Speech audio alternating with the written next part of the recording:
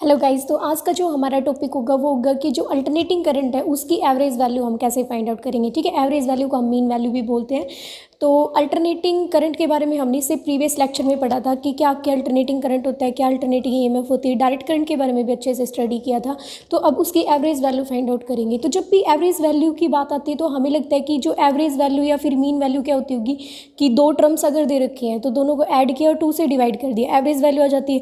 अगर आपके पास 3 term given है तो आप क्या करोगे, तीनों का ऐड करोगे और 3 से डिवाइड करोगे। वो तो होता है सिंपली जब आपके पास डायरेक्ट वैल्यूज गिवन हो। और अगर आपको वो डायरेक्ट वैल्यूज नहीं पता हो, जैसे कि आपकी अल्टरनेटिंग करंट की केस में कैसे होता है, अल्टरनेटिंग करंट का वेरिएशन सबसे पहले तो ये पता होना चाहिए अल्टरनेटिंग करंट का वेरिएशन कैसे होता है। तो कुछ इस टाइप का वेरिएशन होता है अल्टरनेटिंग करंट का। ठीक है, तो अब हमें नहीं पता कि आपकी जो ये यहाँ तक की जो साइकिल है, हाफ साइकिल, ये हाफ साइकिल ही बोलेंगे ना, एक साइकिल कंप्लीट तो यहाँ पर हुई है, ये फुल साइकिल है। तो हाफ साइकिल में आपके कितनी नंबर ऑफ टर्न्स प्रेजेंट है, मतलब कि कितनी इसमें टर्न्स प्रेजेंट है, हमें तो नहीं पता नहीं इसमें कितनी ज़्यादा टर्न्स प्रेजेंट है। तो इसकी एवरेज वैल्यू हम नॉर्मली फाइंड आउट नहीं कर सकते। तो इसके लिए एक वे होता है कि उस एवरेज वैल्यू को हम कैसे फाइंड आउट करेंगे। तो देखो बेटा, इसमें सपोज करो कि आपके पास कोई भी एक सर्किट ली मैंने, ठीक है, कोई भी मैंने एक कंडक्टर लगाया हुआ है और इस कंडक्टर को मैंने एसी सोर्स से कनेक्ट कर दिया। ठीक है, इस कंडक्टर को मैंने एसी सोर्स से कनेक्ट कर दिया। ये कितना करंट प्रोड्यूस कर रहा है, आई एसी, और कितना चार्ज है इसका, क्यू एसी चार्ज। ठीक है, एक मैंने दूसरा कंडक्टर लिया और इसको मैंने सेल से कनेक्ट किया हुआ है, मतलब कि इसको मैंने डीसी सोर्स से कनेक्ट किया हुआ है। डीसी सोर्स मतलब डायरेक्ट करंट, ठीक है, स्टेडी करंट प्रोड्यूस करेगा।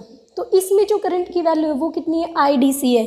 तो इसमें चार्ज होगा वो कितना है, क्यू डीसी के इक्वल ले लिया मैंने इसमें चार्ज। तो जो एवरेज वैल्यू होती है अल्टरनेटिंग करंट की, उसको डिफाइन कैसे करेंगे, एक बार इसकी डेफिनेशन पढ़ना। It is defined as that value of the steady current which would generate the same amount of the charge at is generate by the alternating current in the same circuit for the half time.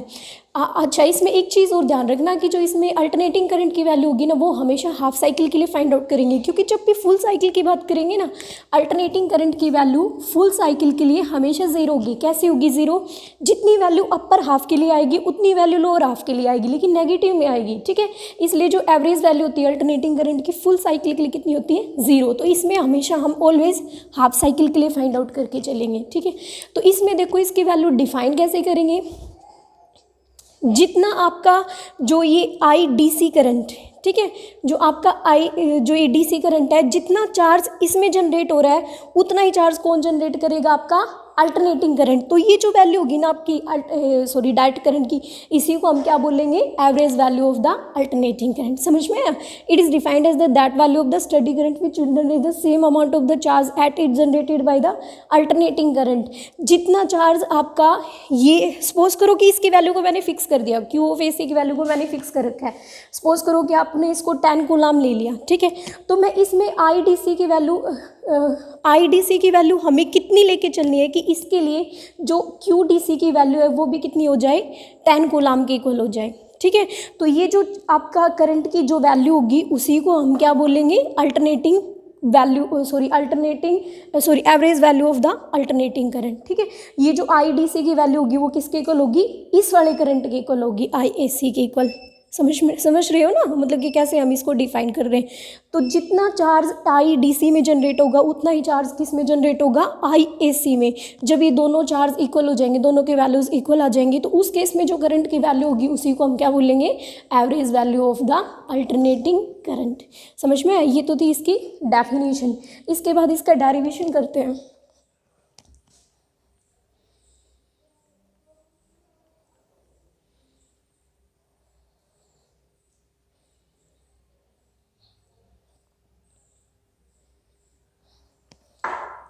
तो ये देखो इसका derivation. अच्छा, इसको हम half cycle के लिए find out करके चल रहे हैं। ठीक है, इस बात का अच्छे से ध्यान रखना, कभी आप फुल साइकिल कर दो, यहाँ पर हाफ साइकिल ही देखो मैंने इसको अंडरलाइन भी किया हुआ है। तो डेरिवेशन में हम क्या करेंगे कि सपोज करो कि मेरे पास डीके चार्ज लिया हमने डीटी टाइम में। अगर स्मॉल टाइम है तो चार्ज भी कितना होगा, स्मॉल लेके चलेंगे ना, डीटी टाइम है तो डीके चार्ज लेके चल रहे हैं। अच्छा, टाइम और जो चार्ज और जो करंट होता है उसके बीच में क्या रिलेशन होता है, I is equal to Q by T, यही होता है ना। एक बार दोनों को मल्टीप्लाई करना, Q is equal to I multiply by T आ गया ना। अगर स्मॉल टाइम के लिए लेके चल रहे हैं तो चार्ज भी कितना हो जाएगा आपका स्मॉल, तो D Q is equal to I D T. Equation आ गई, लिख सकते हैं ना इसको ऐसे। अच्छा, जो आपका अल्टरनेटिंग जो करंट होता है वो कैसे वेरी करता है, उसकी वैल्यू कैसे, साइनसॉइडल वेरिएशन होता है ना अल्टरनेटिंग करंट का, तो I is equal to I naught sine of omega T. ये इक्वेशन होती है ना साइनसॉइडल वेरिएशन के लिए। तो क्या यहाँ पर मैं आई की जगह I naught sine of omega T put कर सकती हूँ? कर सकते हो ऑब्वियसली। तो आपकी डी क्यू की वैल्यू किसके इक्वल आ जाएगी, D Q is equal to I naught sine of omega T D T के इक्वल। ठीक है, समझ रहे हो ना कैसे किया ये। अब एक काम करो, अगर मुझे इसमें स्मॉल चार्ज की वैल्यू अगर मुझे पता है और मुझे अगर कंप्लीट के लिए चाहिए तो हम क्या करेंगे, सिंपली उसको इंटीग्रेट कर देंगे। दोनों साइड एक बार इंटीग्रेशन करना, इसका कितनी वैल्यू आएगी,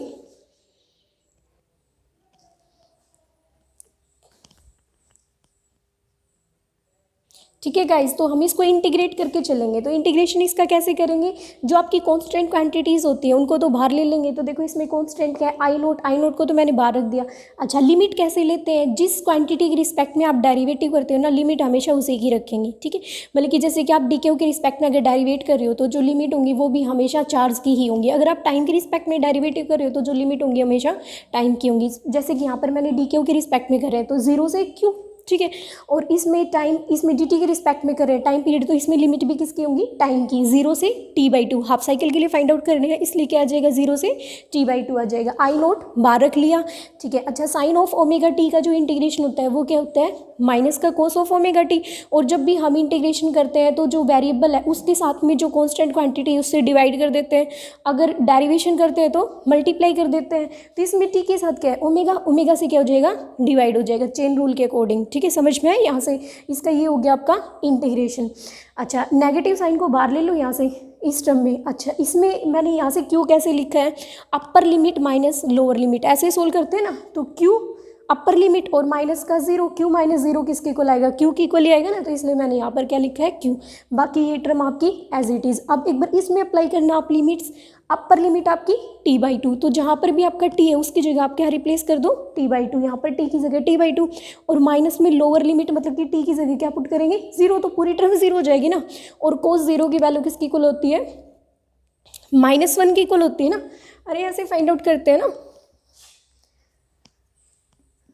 जो आपका कोस एन पाई होती है उसकी वैल्यू होती है -1 की पावर एन की इक्वल होता है। ठीक है, तो यहाँ पर अगर एन की जगह ज़ीरो पुट करेंगे, अगर एन की जगह इसमें ज़ीरो पुट करेंगे तो इसकी वैल्यू कितनी आ जाएगी भाई, -1 की पावर ज़ीरो, किसी की पावर ज़ीरो कितनी होती है, 1 होती है। ठीक है, तो जो आपका कोस ज़ीरो होता है उसकी वैल्यू किसकी इक्वल होती है, 1 की इक्वल होती है। देखो मैंने यहाँ पर ये 1 लिखी हुई है। और cos of omega T by two को हम कैसे सोल्व करेंगे, जो आपकी ओमेगा होती है उसकी वैल्यू कितनी होती है, 2 पाई बाई टी की इक्वल होती है। पुट करते एक बार इसमें वैल्यू, ठीक है, कोस ऑफ ओमेगा की जगह 2 पाई बाई टी और multiply by T by two, 2 से 2 टी से टी, क्या आपकी टर्म बच जाएगी, कोस पाई माइनस में 1। कोस पाई की वैल्यू भी कितनी होती है, -1 होती है कोस पाई की वैल्यू। एक बार इस फॉर्मूले में रख के देखो एक बार, अगर इसमें 1 की जगह मैं एन की जगह अगर 1 रखेंगे तो कितना आएगा, -1। जब एन की जगह 0 रखा तो कितना आया, 1, और जब एन की जगह 1 रखा तो कितना आया, -1। ठीक है, मतलब कि जो कोस पाई होती है उसकी वैल्यू कितनी होती है, -1, और जो कोस 0 होता है उसकी वैल्यू कितनी होती है, 1। देखो ये दोनों वैल्यूज़ लिख रखी है मैंने। ठीक है, -1 -2 हो जाएगा। बाकी आगे तो इसमें सेम एज इट इज़ है ना। तो यहाँ से देखो आपकी जो क्यू ऑफ ए सी की वैल्यू आई वो किसकी इक्वल आ गई, 2 times of I note by omega की इक्वल। इसको हम इक्वेशन नंबर फर्स्ट मान लेंगे। ठीक है, कैसे किया है, सबसे पहले आपको क्या करना है, जो करंट और चार्ज में जो रिलेशन होता है वो वाली इक्वेशन लिखो, I is equal to Q by T, दोनों को क्रॉस मल्टीप्लाई करो। अगर स्मॉल के लिए लेके चल रहे तो क्या आ जाएगा, D Q is equal to I D T के इक्वल आ जाएगा। अगर अल्टरनेटिंग करंट की वैल्यू फाइंड आउट कर रहे हैं, ठीक है, तो क्या करेंगे, अल्टरनेटिंग करंट वाली इक्वेशन लिखेंगे ना, I is equal to I naught sine of omega T. Put करो एक बार यहाँ पर, ये टर्म आ गई। अब क्या करेंगे, इसका इंटीग्रेशन करेंगे, जो साइन ऑफ ओमेगा टी होगा उसका इंटीग्रेशन किसके इक्वल हो जाएगा, minus cos of omega T divided by omega के इक्वल। ठीक है, समझ रहे हो ना, मतलब कैसे फाइंड आउट कर रहे हैं। अच्छा, जो आपका साइन ऑफ ओमेगा टी का इंटीग्रेशन होगा किसके इक्वल हो जाएगा, minus cos of omega T के, ओमेगा से डिवाइड हो जाएगा। अब कोस पाई की वैल्यू कितनी होती है, -1 होती है, और कोस जीरो की वैल्यू कितनी होती है, 1। बस आपकी ये टर्म आ जाएगी यहाँ से। क्यू ऑफ ए सी मतलब कि अल्टरनेटिंग करंट के लिए फाइंड आउट कर रहे थे ना सारा का सारा, तो क्यू ऑफ ए सी की वैल्यू किसके इक्वल आ गई, 2I0/ओमेगा के इक्वल। इसको हम इक्वेशन नंबर फर्स्ट मान लेंगे। अब हमारा काम क्या बचेगा कि हम जो डीसी करंट है उसके लिए चार्ज की वैल्यू कैसे फाइंड आउट करेंगे, क्योंकि हमने डेफिनेशन में तो यही बताया था कि जो आपका क्यू ऑफ ए सी होगा और क्यू ऑफ डी सी होगा दोनों बराबर होंगे ना। डीसी करंट जितना चार्ज प्रोड्यूस करेगा उतना ही उतना ही चार्ज कौन प्रोड्यूस करेगा, आपका एसी करंट प्रोड्यूस करेगा। और वही आपकी क्या थी, एवरेज वैल्यू थी अल्टरनेटिंग करंट की। ठीक है, तो हमें क्यू ऑफ डीसी भी चाहिए, तो इसके लिए हम क्या फाइंड आउट करेंगे कि हमें अल्टरनेटिंग जो करंट था उसको तो मैंने आई मान लिया था, लेकिन जो आपका डीसी करंट है उसको मैं मान के चल रही हूँ, इसमें आई एम से डिनोट कर रहे हैं डीसी करंट को। ठीक है, आई एम से डिनोट करें डीसी करंट को। ये वैल्यू मैंने कैसे लिखी है, ये सेम उसी तरह से लिखा है जैसे कि आपकी वो वैल्यू लिखी थी ना मैंने, ये I is equal to Q by T वाली, जैसे कि आपका I is equal to Q by T होता है। तो यहाँ से एक बार चार्ज की वैल्यू फाइंड आउट करना, करंट मल्टीप्लाई बाई टाइम। ठीक है, आप Q of DC find out कर रहे हो, तो डीसी करंट की वैल्यू आपने कितनी ली है, एम। मीन वैल्यू लेके चलेंगे ना, क्योंकि इस जो करंट की जो वैल्यू होगी, ये जो एवरेज वैल्यू होगी ना डीसी करंट की, वही क्या होगी, आपकी अल्टरनेटिंग करंट की वैल्यू होगी। ठीक है, तो जो आई जो डीसी है वो हम क्या लेके चल रहे हैं, आई एम के इक्वल लेके चल रहे हैं। ओके, आई एम और मल्टीप्लाई बाई इसमें टाइम पीरियड हाफ साइकिल के लिए फाइंड आउट करें, तो हाफ साइकिल के लिए करके चल रहे हैं, तो इसलिए टी की वैल्यू क्या पुट करेंगे, t/2। तो यहाँ पर आप ले t/2। क्या आपकी ये टर्म नहीं आ गई, सेकेंड इक्वेशन आ गई ना आपकी सेकेंड इक्वेशन। अब एक बार फर्स्ट इक्वेशन और सेकेंड इक्वेशन को इक्वेट करना, क्यों, क्योंकि आपकी डेफिनेशन तो यही कहती है ना कि Q of A C Q of D C के इक्वल होगा, दोनों को एक बार इक्वेट करना। इक्वेट करेंगे तो आपका टी से टी गया, यहाँ से आपका 2 से 2 गया, क्या आपकी ये टर्म नहीं बच जाएगी, तो ये आ गया आपकी आई एम की value, mean value of the current. ठीक है, अल्टरनेटिंग करंट की मीन वैल्यू। ठीक है, आप चाहे एवरेज लिखो चाहे मीन लिखो, दोनों सेम ही बात होती है, एवरेज और मीन सेम ही होती है। तो आई एम की वैल्यू आ गई 2I0/पाई के इक्वल। एक बार पाई की वैल्यू पुट करना 3.14 होती है, इनको डिवाइड करना, 2 को 3.14 से डिवाइड करेंगे तो आ जाएगा 0.637 टाइम्स ऑफ द और ये आई नोट एज इट इज़। ठीक है, तो जो आपकी मीन वैल्यू आएगी वो कितनी आएगी, 0.637 times of the I note. अगर आपको इसमें परसेंट में निकालना है तो आप क्या करो, इसको 100 से मल्टीप्लाई कर दो। ठीक है, 100 से मल्टीप्लाई करेंगे तो यही आएगा ना, कैसे, 3 डेसिमल है, 1000 से डिवाइड कर दिया और 100 से क्या कर देंगे मल्टीप्लाई, इतना ही परसेंट आएगा ना, 2 से 2 गया तो 6.37%। ठीक है, आई नोट का इतना आ जाएगा 63.7% आ जाएगा of the I note. Clear हो गई है, ओके। तो ये थी आपकी इसमें आई एम की वैल्यू। अब एक बार मैं इस टॉपिक को रिपीट कर रही हूँ कि आपको कैसे फाइंड आउट करना है। सबसे पहले तो आपको क्यू ऑफ ए सी की वैल्यू पता होनी चाहिए। तो क्यू ऑफ ए सी की वैल्यू फाइंड आउट करोगे तो आप कैसे फाइंड आउट करोगे, चार्ज और करंट में जो रिलेशन होता है उस रिलेशन का यूज़ करो, फिर क्या करो, इंटीग्रेशन करो और कोस पाई कोस जीरो की वैल्यूज पुट करो, आपकी क्यू ऑफ ए सी की वैल्यू आ जाएगी। क्यू ऑफ डी सी की वैल्यू कैसे फाइंड आउट करेंगे, आई एम वाली क्वांटिटी, आई एम अगर मैंने इसकी एवरेज वैल्यू माननी है और टाइम पीरियड अगर t/2 है तो मैं ये इक्वेशन लिख सकती हूँ, दोनों को क्या कर देंगे, इक्वेट कर देंगे। इक्वेट करने के बाद यहाँ से आपकी आई एम की वैल्यू आ जाएगी। ठीक है, आप पाई की वैल्यू पुट करना, ये आपका आ जाएगा आई एम की value 0.637 times of the I note. ठीक है, थैंक यू।